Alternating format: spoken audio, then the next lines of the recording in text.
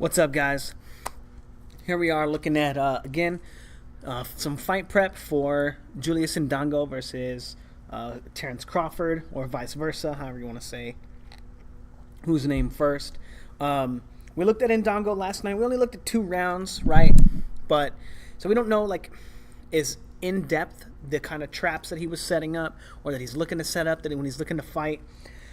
But what we did see, very basic feint with his left hand, or with his right hand, his lead hand, right? Very basic feint into a right hand to the body, and also a very basic feint, and then turning that into like a mild trap, right? You continuously attack the body, you kind of get your opponent to bring his hands down, and then maybe you can go around the guard, you know, like he did one time. He went around the guard with the left hand, a looping left hand, and then you use the fact that he's bringing his hands down to go up to the head, you know. And we didn't really get to see that pay dividends for him. Like I said, we only watched 2 rounds. And maybe there are other traps that he's setting up too, right? It looked like he was trying to counter Ricky Burns' right hand with the left uppercut. We didn't really get to see him do that. You know, I don't want to spend too much time watching like Indongo. I mean, I could do a few more rounds. Maybe I will. Maybe I'll do that after I look at these first 2 rounds of Terence Crawford. I might do like 3 rounds because I saw some highlights of this fight, and I'm not sure if I've seen the whole fight. I don't think I have, but I was really excited to get into it and start watching Terence Crawford. But another thing that we noticed about Julius Indongo is that while he used his lead hand, he would not probe with it. He would raise it up and put it really high. And I'm not sure if he was doing that to try to get Ricky Burns to bring his guard up, thinking that a punch was coming, right? So he would bring his hand purposely really high, maybe to get Burns to bring his guard up so he could go to the body. But we also noticed that when he would have his lead hand out there, he wouldn't counter Ricky Burns when Ricky Burns would attack. And Ricky Burns was only using a very basic attack of, you know, this basically the same exact thing that Indongo was doing. You know, flash the lead hand and then throw a cross, right? Not having, you know, I didn't think he had any success. I think he maybe landed like 2 punches in the first 2 rounds. I'm not sure. But he was able to mount offense against Indongo because Indongo wasn't utilizing the control that he had over Ricky Burns, which actually means that he didn't have any control over him. We saw him using his lead hand, but we didn't see him do anything with it. And the only thing that he kind of gets with it, like the very basic, is the fact that he stops Ricky Burns from leading as much as he wants, right? So maybe it just cuts down on how much time Ricky Burns is the one setting up his own punches, and maybe that's why we see Ricky Burns using such, you know, shitty offense. You know, no offense to any like Ricky Burns fans, man, like whatever, maybe he could beat me up too, I don't know. Give me 1 second, guys.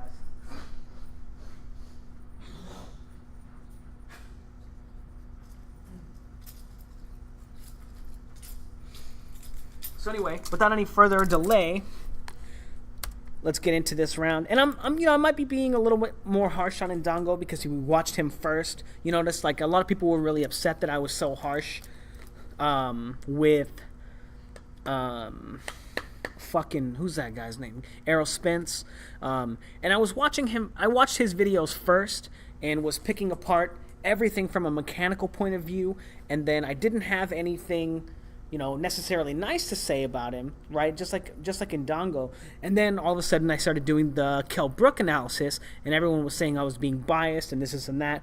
And I guess there is a bias in that sense, in the sense that I've already seen Errol Spence and how he's fighting, and I can kind of start piecing them together already, and then I can say, oh, this is going to work against Errol Spence, this is going to work, this is not going to work, you know, and it causes me to be much more lenient on Kell Brook, whereas I didn't have that luxury with Errol Spence because I have to find every little angle, everything that he's doing, everything, you know. So we'll see if there's any bias in that regard too, in which I'll be much less critical of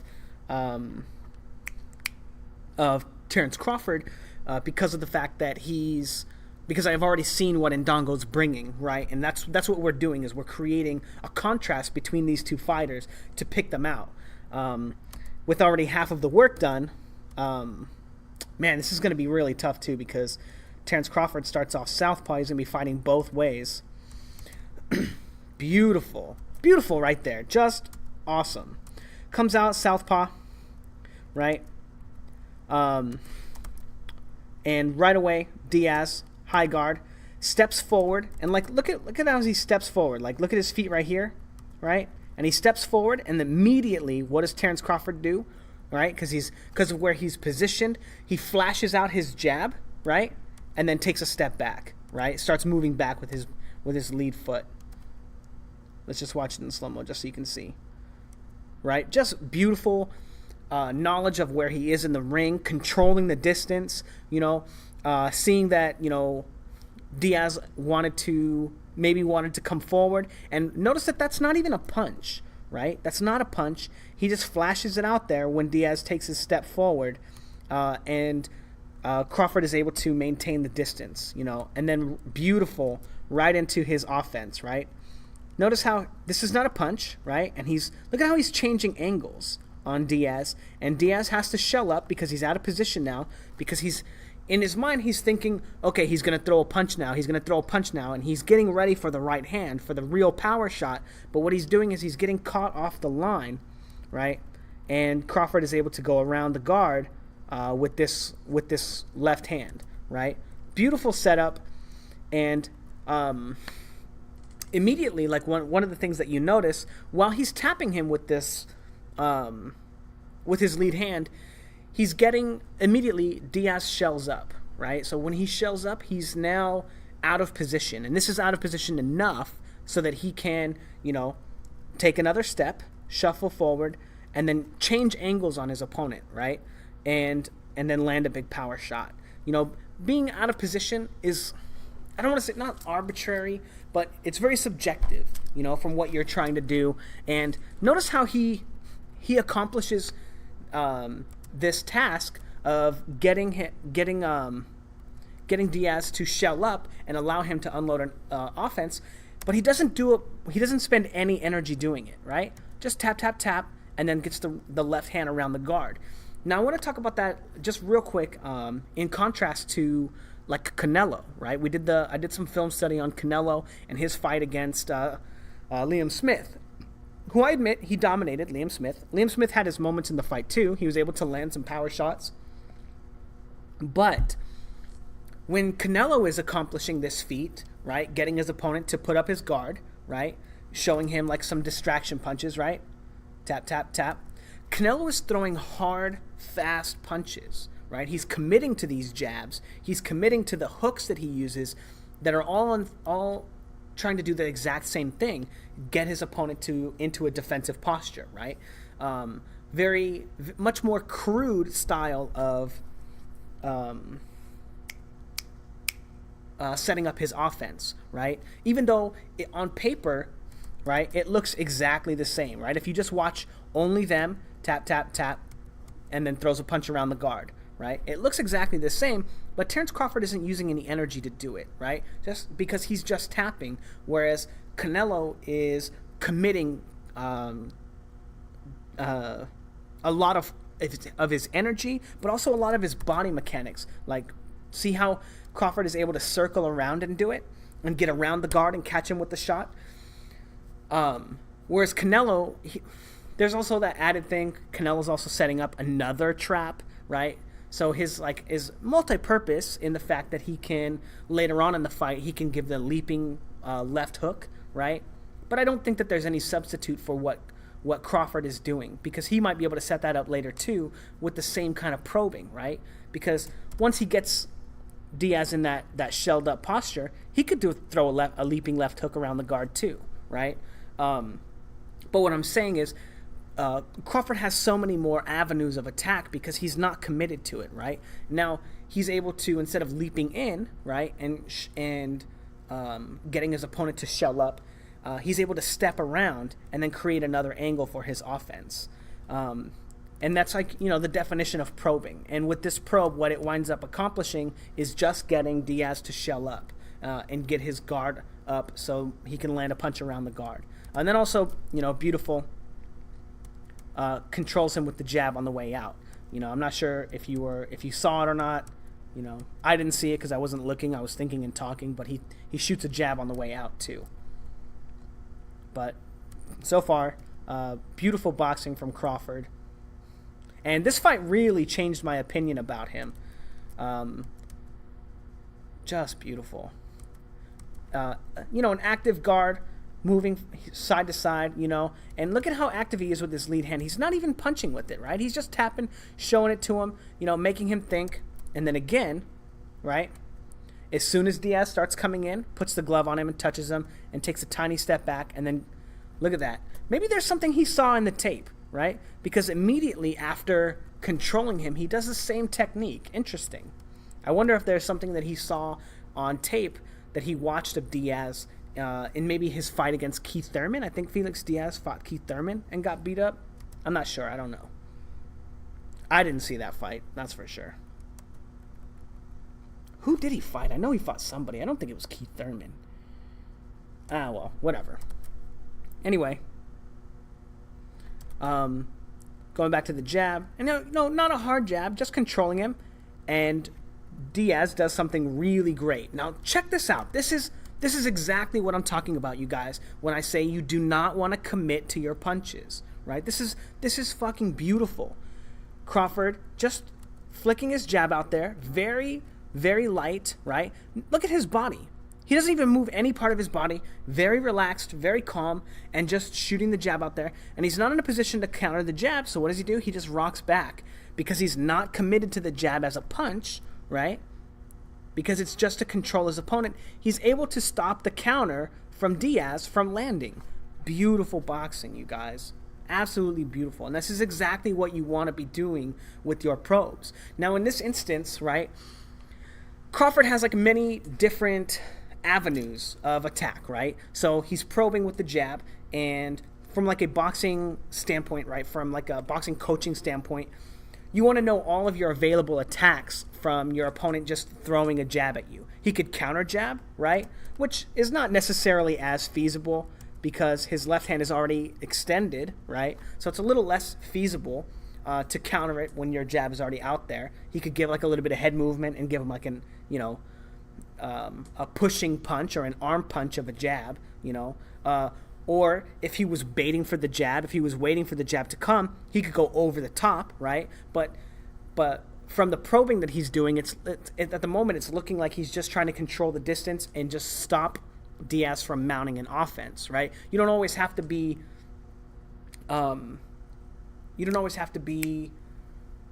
setting up offense with the probe. It could just be defensively, right? And in that case, you give Indongo like a little bit of credit too, right? But Indongo, because his arm is so extended and he's doing the in and out stuff, he doesn't have the ability to, in the middle of it, just take a step back when his opponent decides to commit to offense because he's doing the in and out stuff. And this is why I was a little bit critical of it, right? Of the in and out style. When I boxed, I used an in and out style as well. That's what my coach taught me. And there were a lot of times where it worked really well. Your opponent doesn't know what the fuck you're doing. But I also was like usually a little bit quicker. And because I'm left-handed and I had my lead left hand, it was a little sharper than other people. So I got away with a little more stuff physically because I was just physically better than them. And I was boxing amateurs, you know, like scrubs and shit. Not like fucking Julius Indongo fighting Ricky Burns, right? Ricky Burns is better than anybody I ever fought. But anyway, again, beautiful, able to control the distance, and then after taking a step back, shooting another jab to control him. So far, and this is another beautiful thing about this. This is the most amazing part. They're both fighting left-handed, right? So effectively, they're both orthodox fighters, right? You can take this, and this is exactly how you should be fighting an opponent, right? Controlling them, reacting, being able to probe and control them and set them up for stuff, all while being able to react to what they are giving you, right? And so far, you know, only 30 seconds into the fight, Crawford being able to do exactly that. So probing jab again. And interesting, right? So look at where Diaz's head is right there. He ducks down to get under that probing jab, gives him another one, and then Diaz is starting to rock back. And like, this is a timing thing. This is really interesting. Again, I don't know if he's watched any of his tape or whatever, but he does. This is really interesting. He steps around him as he puts all his weight on his left leg, and kind of to probably so that he doesn't wind up getting caught on the ropes right here. He kind of skirts this middle part of the ring, or the middle part of the ropes, and then immediately back to an angle so his back is to the corner. But so far showing like great defense, great control over his opponent. And again, with the probing jab, right? Probes, Diaz goes to shoot. He gets his catch up. And I'm not sure exactly if that punch winds up landing or not. Diaz, now this is interesting, right? So the in and out style that Julius Indongo has, right? He's constantly in and out, and that rhythm kind of starts to become easy to time. But if you look at Diaz right here, as Crawford is turning him, Diaz is able to step in with his jab right there because he's not constantly doing it. You're able to randomly change your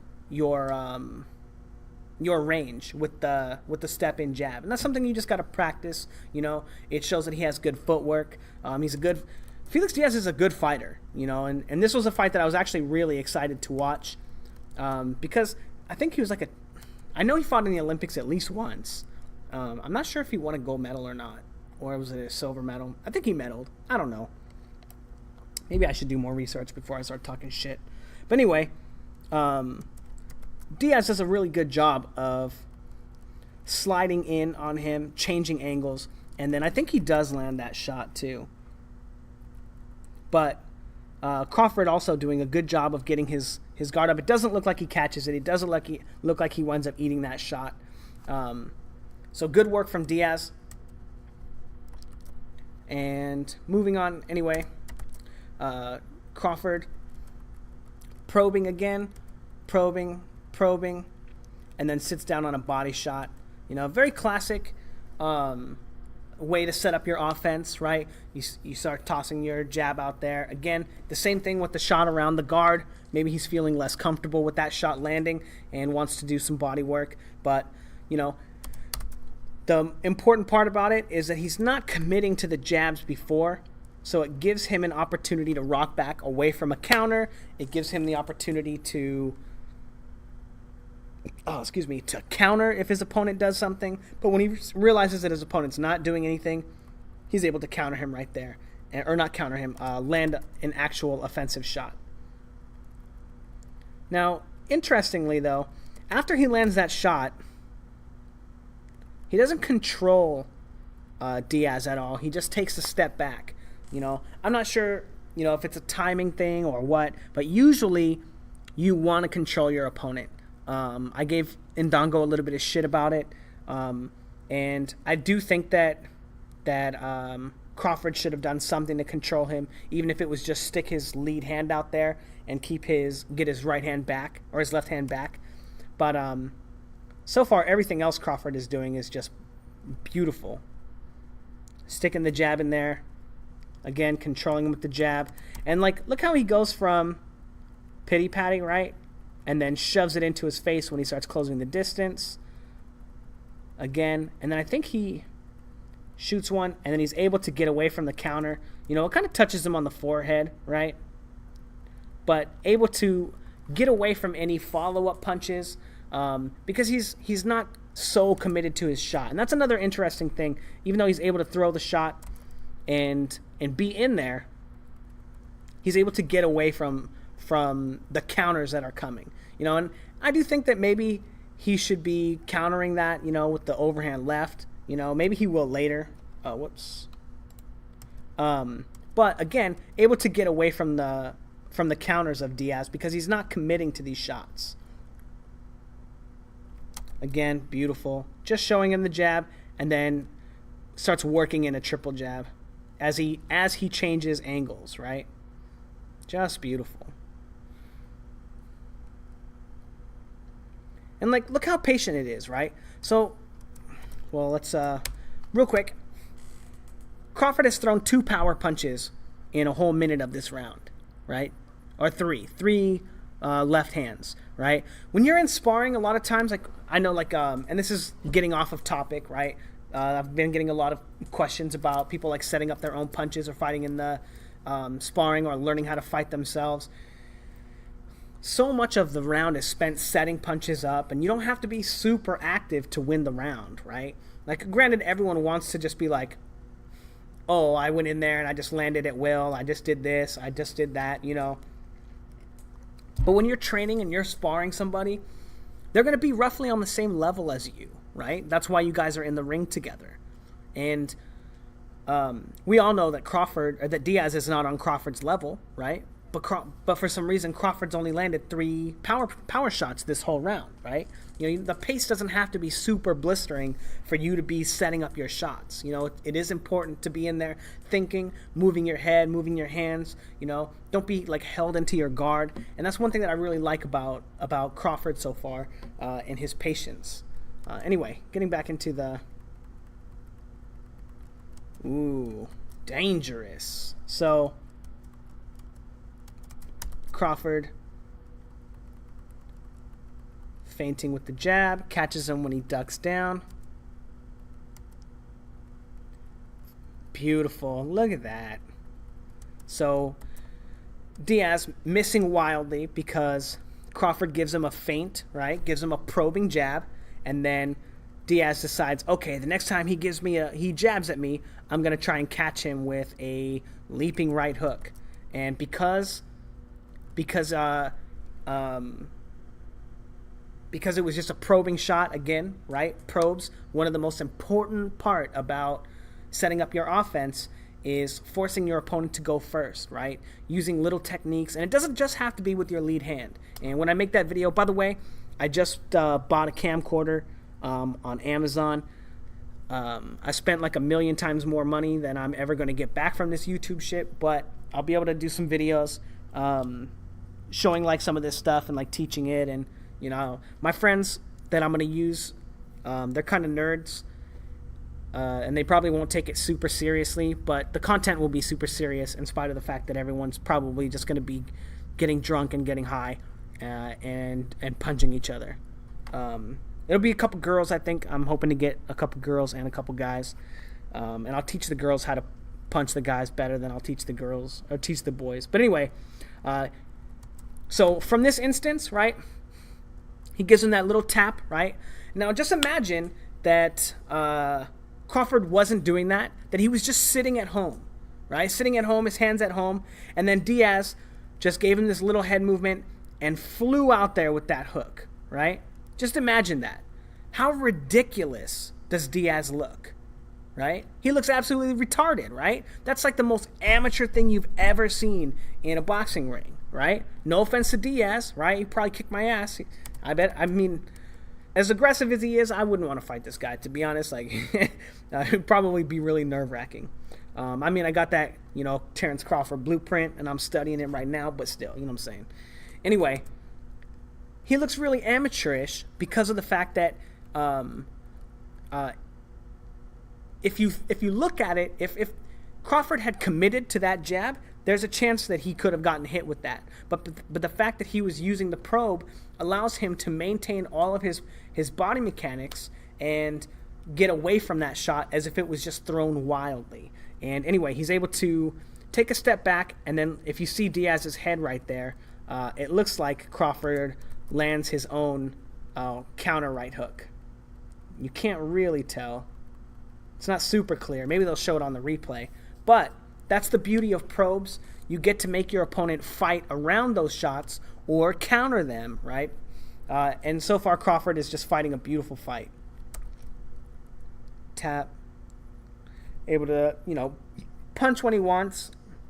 And because he's using so many probes and Diaz doesn't know when a real jab is going to come and not going to come, he is able to commit to more jabs than he might usually want to.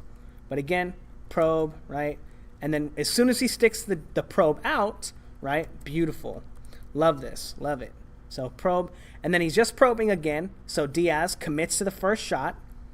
and Crawford takes a step back and then controls his head, right? And it looks like Diaz might land a left to the body, like kind of a left hook thing, right? Doesn't land that jab, gets his head controlled, right? But it doesn't look like he gets any power in the shot, and Crawford is able to easily get away from most of the offense, in spite of the fact that Diaz is fighting off of Crawford's jab.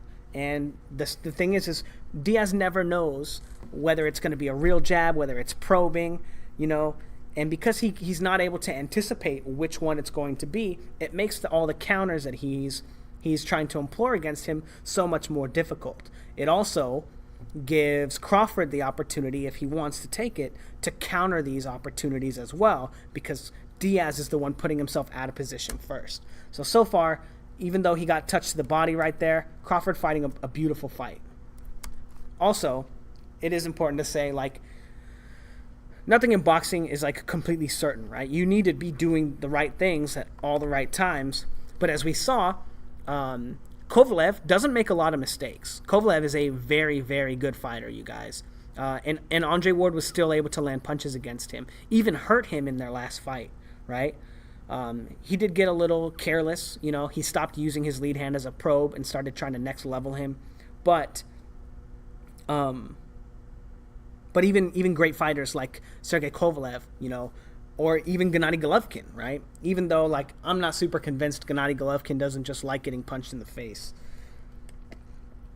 But everyone does make mistakes. You're going to get hit. It is a fight. If you're fighting a high-level guy, eventually they're going to outthink you in some respect and have some kind of trap, and they're going to land a shot on you.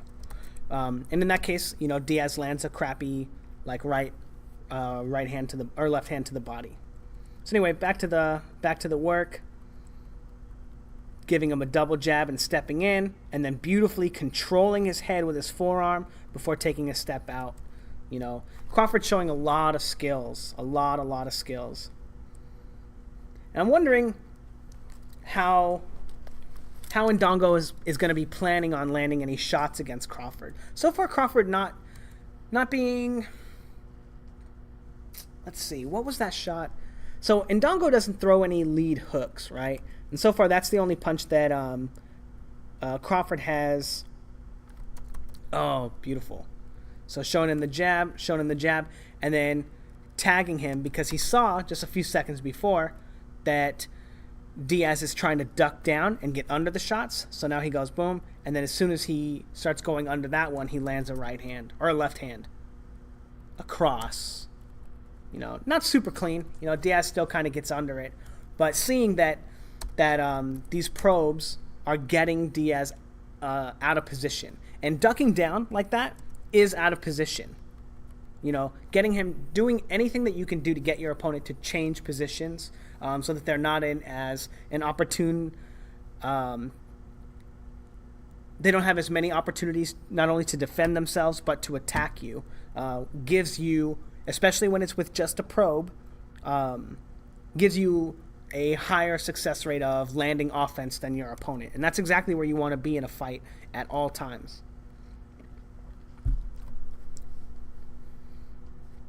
Interesting.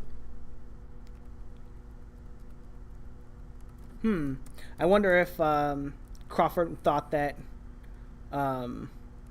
Diaz was going to dip forward like he did last time. Maybe that's what happened. Let's see.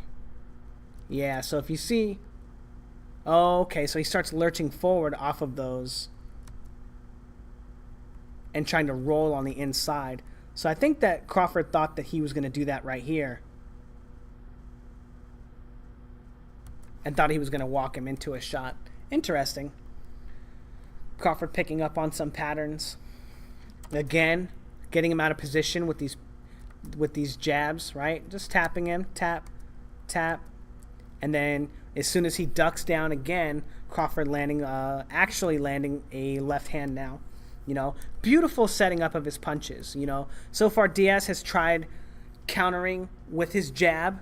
Crawford just rocks back. He's tried countering with his hook, and Crawford just rocks back and then lands his own counter hook. And now Diaz is trying to work his way in around the jab with head movement. And when he rocks down, Crawford's able to catch him with the left hand. You know, just brilliant work. You know, knowing what all the options are available to you, to your probes, is a huge benefit to Crawford. Knowing like what all his options are when his opponent rolls under the jab, or when they counter the jab with the jab, or counter the jab with the hook, counter the jab with the right hand, or a left hand in this case, as Diaz is left-handed. Good right there, beautiful. He gets on the inside of the jab, and what does Crawford do? Controls his head and turns him out. You know, beautiful boxing so far from Crawford. Ooh, look at that. Changes angle, and Crawford tries to control his head and eats a right hook. Sorry, guys, eats a right hook. You know, that was beautiful work from Diaz, by the way. Diaz actually cuts him off. So look at their bodies right here. As soon as Crawford changes angles, Diaz actually beats him to the line and is able to catch him with the shot. You know, and that's not necessarily... The one thing that Crawford in this instance is doing wrong is that he's turning in front of his opponent. He doesn't circle out, right? Like creating distance before he changes angles, which is what you kind of want to do so you can circle out. But Diaz also does a great job of turning before Crawford. So exactly, you know, what I was saying, no matter how many great things that you do, you're still going to make mistakes, you know. And Crawford is fighting a beautiful fight in spite of the fact that that he got caught with that shot right there. Again, beautiful. And at this point, you know, Julio Diaz, or is it Felix Diaz? Fuck, man, may have been saying his name wrong the whole time. But again, you know, Diaz trying to work around the jab, even though Crawford's not even using it right now. He's trying to time it. He's trying to time the jab, and Crawford just able to throw right hand or left hands at him when he puts himself out of position. Just beautiful boxing from Crawford, controlling him. So jabs, gives him 2 hard jabs. Does eat a body shot, but immediately goes to controlling his head and circling out. Beautiful. Controls his head again. That could have been a very good landed punch for him, but circling out, controlling him. Almost eats that shot, but he was controlling his head first. And, you know, I'll be honest, Crawford's cutting some of this a little close. You don't want it to be exactly that close with your opponent. You know, this one right here, like, that was like a, you know, that could have been a good shot, you know. But Crawford at least controlling his opponent's head while he does it, you know. And interesting, that time, allowing Diaz to come in and not creating space. And he actually, because of the fact that Diaz has gotten used to winging that hook, and he doesn't take a step back, he makes that shot way wide and is able to just get on the inside of it. You know, so far, like a pretty great defense from Terence Crawford. Good job setting up his punches, controlling him, probing him very well. Again, beautiful. Misses that shot, creating space, and he does miss that shot. And then this is the kind of control that's a little ugly. You know, you don't really want to see this in a boxing match, but you know, if you were coaching Terence Crawford, you'd tell him to do the same thing. You know, you don't really want your opponent to be, you know, having free reign on the inside, able to throw punches at you.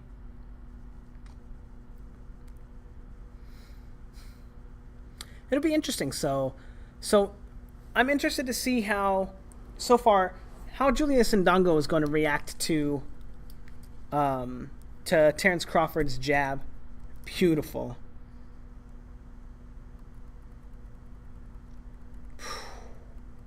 And then controls him, and then is able to get out of the way. Beautiful boxing from Crawford. What a great round. You know, he did get caught with 2 clean shots, you know, that everybody saw, and everyone gets to go like, ooh, he's not unhittable. And, you know, Indongo might have a little bit easier of a time landing those kind of shots because he's the taller guy.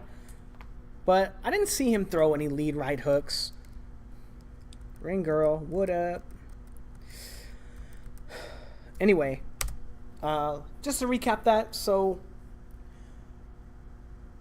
some decent counters from Mr. Crawford. I think that those counters are also going to be applicable to fighting Indongo, because Indongo doesn't control his opponent at all after he throws punches. We saw like very clear evidence of that. So he'll be open for counters himself.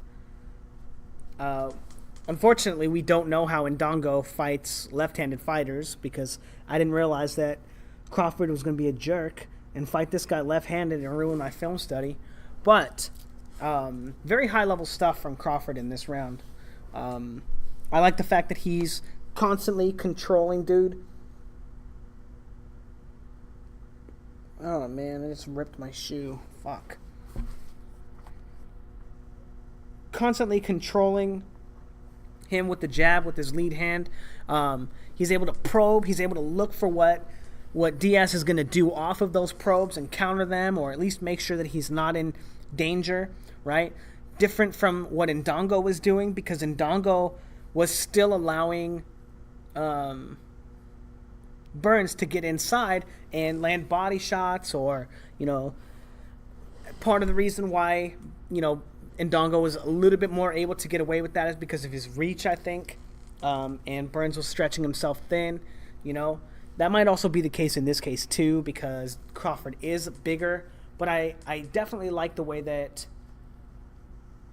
that Crawford is using his jab over the way that Indongo uses his.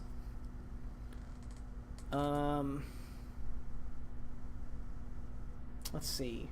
And, yeah, just the fact that he's using his lead hand to set up his power shots